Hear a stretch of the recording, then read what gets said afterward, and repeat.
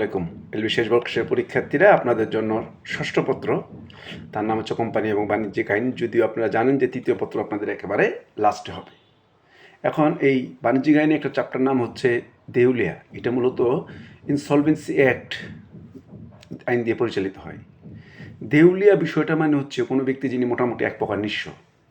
এখন এই যে ইনসলভেন্ট বা দেউলিয়া, ওনাকে যে আপনি নিঃস্ব বলবেন, নিঃস্বর সাথে পার্থক্য হচ্ছে নিঃস্বর ম্যাটারটা প্রপার দ্বারা নিয়ন্ত্রিত হয় অনেক কার্যবিধি অনুযায়ী।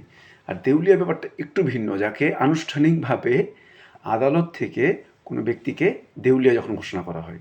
এখন দেউলিয়া সংক্রান্ত বিষয়টা নিয়ে আমরা যখন বলবো, তখন আমরা দেখব যে এই দেউলিয়ার বিষয়গুলি কতগুলি কর্ম আছে, কতগুলি ট্রানজ্যাকশন যদি রং ওয়েতে করে, পরিকল্পিতভাবে যদি টাকা পয়সা সরিয়ে ফেলে এবং নিজেকে নিঃস্ব মানে আবার দেউলিয়া অবস্থায় নিয়ে যায়, তখন এই ধরনের কর্মকাণ্ডকে দেউলিয়ার মধ্যে একটা অপরাধ হিসেবে ট্রিট করা হয়, যে উনি স্বেচ্ছায় দেউলিয়া হওয়ার জন্য উনি ওনার সম্পদগুলি ওনার আত্মীয় স্বজন বা যাকে যাকে দিলে তার হেফাজতে থাকবে ওই রকমটা দিয়ে আজকে তিনি আদালতে এসছেন এবং আদালতে লম্বা শুনানি করে উনি বলছেন যে উনি এখন দেউলিয়া, ওনার কাছ থেকে যারা পায় তাদেরকে উনি কিছু দিতে পারবেন না।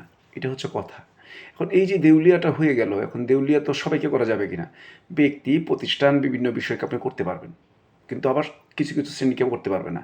জাতীয় সংসদ, সরকারি সংস্থা, এগুলিকে আপনি আবার মামলা করে দেউলিয়া করতে পারবেন না।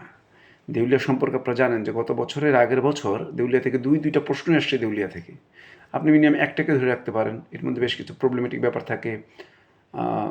এই প্রবলেমগুলি পড়বেন, গাইডের মধ্যে প্রবলেম দেওয়া আছে। একজন ডাক্তারের, দাঁতের ডাক্তারের বিভিন্ন ধরনের ইকুইপমেন্টস লাগে না আমাদের দাঁত স্কেলিং করতে, রুট ক্যানেল করতে, ওই জাতীয় যন্ত্রপাতিগুলির বিষয়গুলি নিয়ে কথা আসবে। এগুলি কি দেউলিয়া হিসাবে এগুলো সিজ করা যাবে কি না। বলা হচ্ছে যে বেশ কিছু কিছু বিষয় আছে, পরিধেয় বস্ত্র, আরও কিছু কিছু থাকার মতন একটা নির্দিষ্ট স্কোয়ার ফিটের বাড়ি, তারপর এই যে মাত্র আলোচনা করলাম মানে কারিগরি যন্ত্রপাতি, যে যে পেশার তার কিছু যন্ত্রপাতি, উকিলের কিছু বই পুস্তক, ডাক্তারের কিছু বই পুস্তক, ডাক্তার চেম্বারের চেয়ার, যেগুলি তার পেশাগত লাগেই, ওগুলি হিসেব দেউলি হিসেবে চিন্তা করা যাবে না, ওগুলিকে আলাদা করে তাকে ক্ষেত্র করে দিতে হবে। এই ক্ষেত্রটা করে দেওয়া হলো, উদ্দেশ্যটা কি, দেউলি আইনটা বানানোটা কেন? উদ্দেশ্য হচ্ছে একটা মানুষ ব্যবসায়িক জগতে সর্বশান্ত হয়ে যেতে পারে।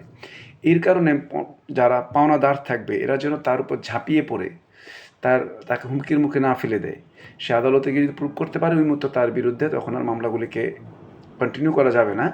তখন সেই জায়গাতে কী করতে হবে, তখন আদালত তাকে দেউলিয়া ঘোষণা করে তার যে অ্যাসেটগুলি খুঁজে খুঁজে ভবিষ্যতে আসবে এগুলিকে আবার অন্যান্য যে পাওনাদারগুলি আছে তাদের মধ্যে রেশিও অনুপাতে এটা বন্টন করবেন।